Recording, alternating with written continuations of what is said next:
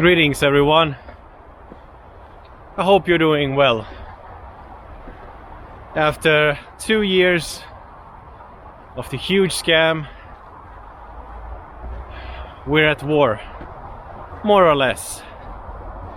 But my first things to, speak out here is that forced medical treatment is wrong. Invasions are wrong. War is wrong. And I've been against all of the invasions of the last 20 years that our so-called Western coalition has been involved in. Our tax money has been destroying the countries of the Middle East and so on. I mentioned this many times before. It's wrong, it was wrong. And with that said, of course, there is no good government. Governments cause the most suffering. So I don't vouch, or I'm not pro any leader, any government. So I do feel for Ukraine. 100 years ago they became independent, and it was a 4-year war there. And then after the communist takeover, there was a genocide in Ukraine. People starved by the millions. So I'm always against these kinds of actions. And what I'm disappointed in is that because during the last 20 years I've been against all of these invasions by USA, Zionist interest, NATO, and the Western countries. We've all paid for this with our work, with our tax money. I've been against that, and many in the alt media have been against that too. But this invasion is kind of justified by some. I've seen videos where somebody talks about this for 2 hours and never mentions the word invasion.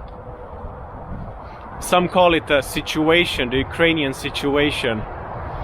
Well, you see, the medical treatment mandates are not a situation, that's tyranny.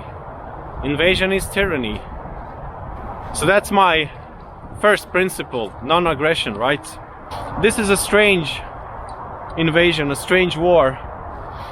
Many Russians are against it because it's a regime. People are not the governments.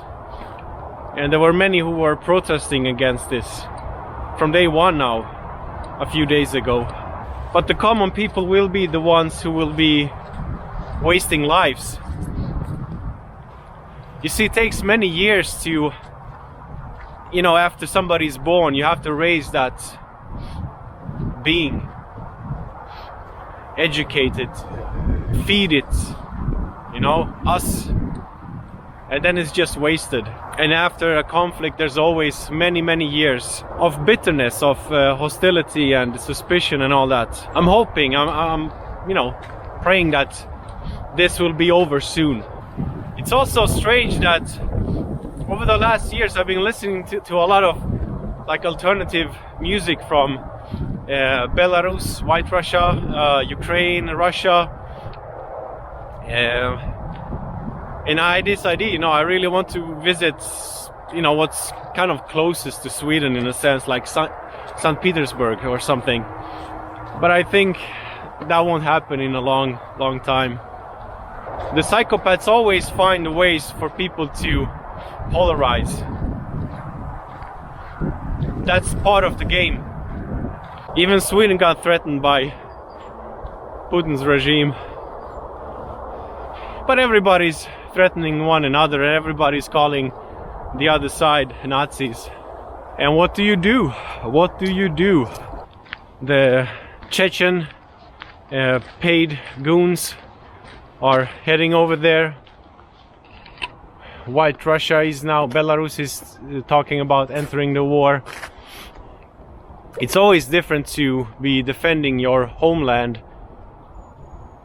compared to being the person, the soldier who is just following orders. And following orders is something we've seen a lot over the last 2 years, where police is really for no reason beating up their own people because they don't have a face diaper, because the law said so, because he's just doing the job he has to do, right? It's really horrible.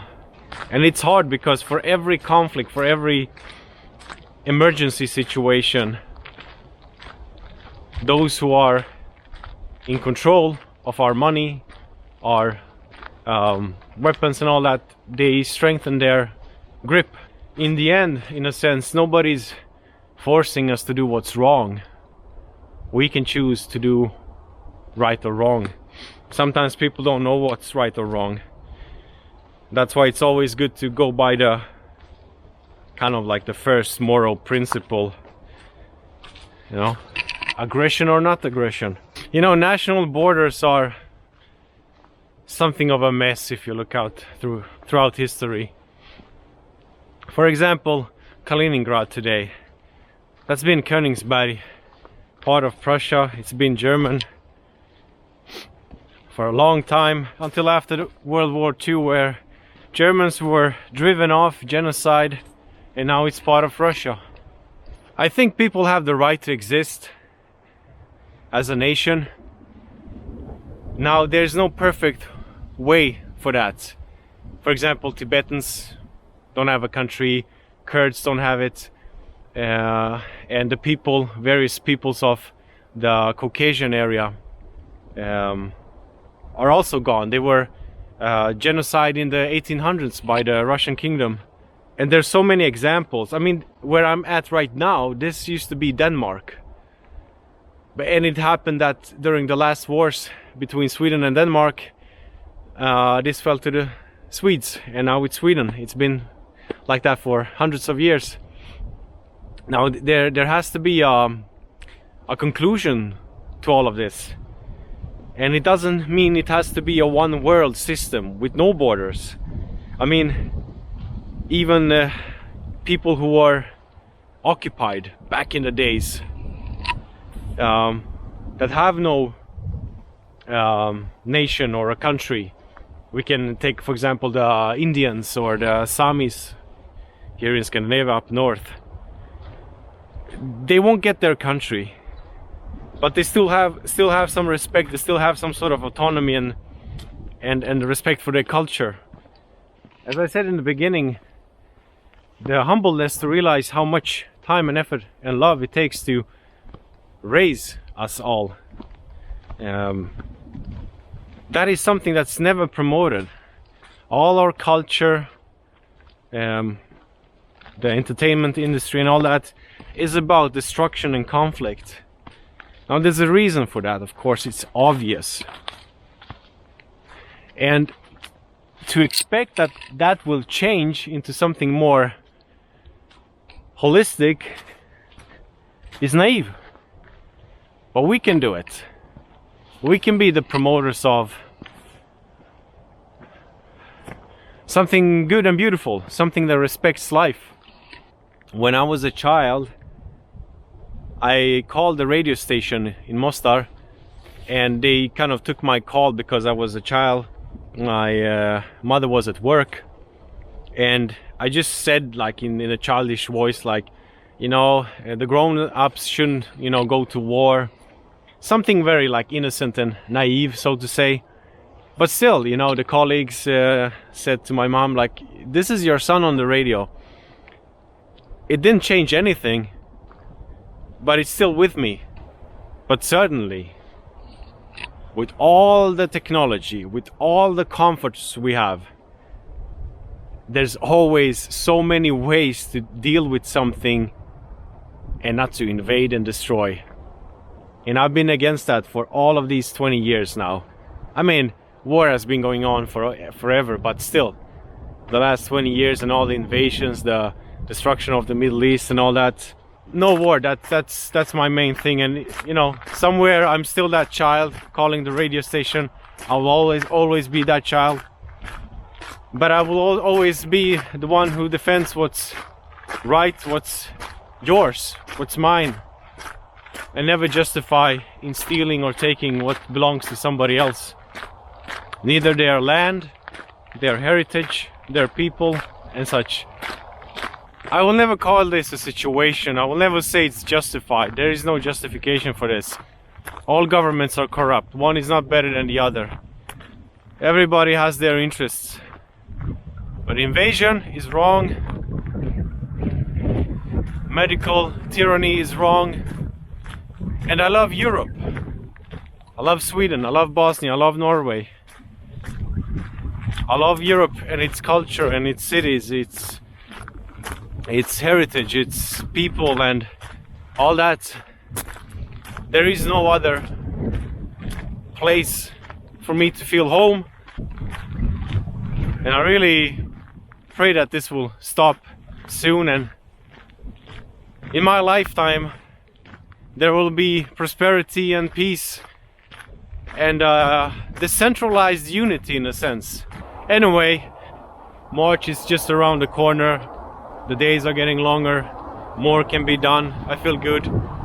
I feel like getting back to regular exercising, and soon it's time to pluck off that list of places I want to see in Sweden and in other countries too. Hopefully these removed restrictions will stay like that, but we'll see.